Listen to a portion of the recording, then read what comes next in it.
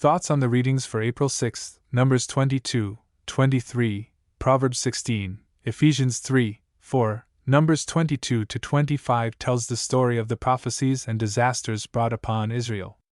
Balaam was a prophet who knew the truths of Yahweh, the God of Israel. How this came to be we could only speculate. We cannot say where his understanding came from.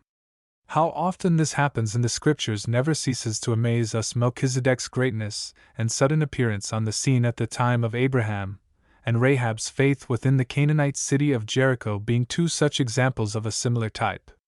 Balaam was known to be a prophet of the Lord God living in the Promised Land, probably on the eastern side of the river Jordan, at the time of Israel's wanderings in the wilderness. As Israel drew nearer to Moab, the king of Moab, Balak, became anxious since the Israelites had recently overthrown two mighty Canaanitish nations in the kingdoms of Sihon and Og. Balak decides that he needs divine help in bringing cursing upon his foes. The king of Moab sent ambassadors promising untold wealth and beseeching Balaam to come to Moab and curse Israel. Balaam was enticed by the opportunity to become wealthy. However, Balaam was warned by God to refuse the ambassadors and to send them home. Balak resent greater ambassadors with increased offers. Balaam said to these men that his answer would have to be the same as previously. The Lord knew that Balaam was extremely covetous, and the Almighty would use the arising changed circumstances to achieve his own will. So Yahweh told Balaam if on the next morning the ambassadors repeated their offer, then and only on that basis, Balaam would be allowed to return to Moab with those ambassadors. Greedy Balaam failed to obey God, being driven by his intense covetousness. He rose early and said to the ambassadors, "Let's go now." Verses 22 to 35 describe the Almighty's anger against Balaam and the way in which our sovereign used a dumb donkey to rebuke the madness of the prophet. See Jude verses 10 to 11, and also 2 Peter 2 verse 15. 3 times Balaam pressed on towards destruction despite the Lord using the ass to try to restrain the mad prophet. Finally, God opened the donkey's mouth to try to talk sense into the ear. Some people say that this story in the Bible cannot be believed despite cockies talking and parrots. A talking snake in Genesis 3. Science tells us that snakes have larynxes like humans, which renders them capable of speech. Even if this were not the case, nothing is impossible for our sovereign. The Almighty, having severely reprimanded Balaam, allowed him to proceed, but under strict conditions. Balak remonstrates with Balaam on his arrival in Moab. Balaam tells Balak the conditions for his employment. After that, Balaam offered sacrifices to the Lord and went to a mountain top to view a part of the nation of Israel to commence his prophecies. Chapter 23 tells us of Balaam's first and second oracles, divine revelations. Verses 1 to 12 unfolds the messages of the first cluster of prophecies. Balaam again tells of the constraints that the Lord had placed on him. The prophet's first utterance tells of the impossibility of cursing Israel, the people upon whom God had pronounced blessing. See Isaiah 54 verse 17. The seer speaks of future blessings on that nation. Israel will dwell in isolation among the world of nations, as they do now. The final condition of Israel will be a blessed state, which will bring blessings to the entire earth, as Genesis 12 verse 3 and Romans 4 verse 13 reveals. Balak is frustrated with this oracle and castigates Balaam. After further offerings, Balaam is given another opportunity to curse Israel. The second oracle commenced with a rebuke to Balak for his foolishness to believe that God could turn against his people and curse them. Israel's deliverance from Egypt was evidence of Yahweh's blessings on them, and those blessings continued to abide upon the people of the divine King of the universe. They will also be blessed when Zion's King rules them from the regal world metropolis in Jerusalem. Psalm 2, Isaiah 2 verses 1 to 5, Jeremiah 3 verses 15 to 18. The nation of Israel will avenge themselves against their foes at the time of the commencement of Messiah's coming kingdom. Balak commands Balaam to stop blessing them and to start cursing that nation.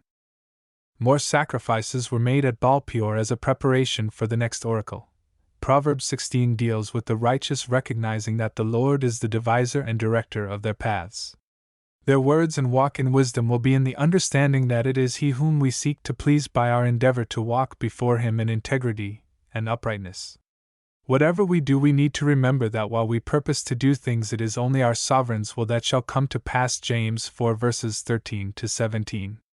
We must plan to do according to our Father's will, not from our lusts and covetousness. We must, having committed our ways to our God, accept that the outcomes are those which He has allowed. Seeking peace and contentment in life must be objectives which shape and control our walk before the Almighty and within society. Truthful and wise speech will bring favor even in the highest realms, but foolish speech will bring to ruin both the speaker and those who hear such folly. Humility will always precede proper and profitable talk, whereas pride goes before destruction. How sweet it is to hear gracious speech. Ephesians 4 verse 29. By contrast, bitter words and gossip are not suitable for followers of truth and righteousness. Such words are destructive. James 3 verses 13 to 18. Verse 25 reiterates one of the Proverbs' vital themes. There is a way that seems right to a man, but its end is the way to death. ESV. James tells us in his 3rd chapter the importance of controlling our tongue, and the 32nd verse of Proverbs 16 tells us how greatly God esteems the control of your tongue. Whoever is slow to anger is better than the mighty, and he who rules his spirit than he who takes a city. ESV. Samson only learned this at his life's end. Let us hear swiftly and speak only after contemplating the wise counsel of God that His word can generate within our minds. May the Almighty's word and His ways be the motivation and directing power to our lives. In Ephesians 3, the Apostle Paul outlines the mystery. The Greek word simply means secret, that God always intended for the Gentiles to be included in the blessings of the gospel. From verses 14 to 22, we read of the Apostle's prayer for the believer's spiritual strength and growth. Notice that the love of God surpasses understanding and includes 4 dimensions: length, breadth, depth, and height. This indicates that the love of the Father cannot be measured. Chapter 4 contains a plea for unity among the body of believers.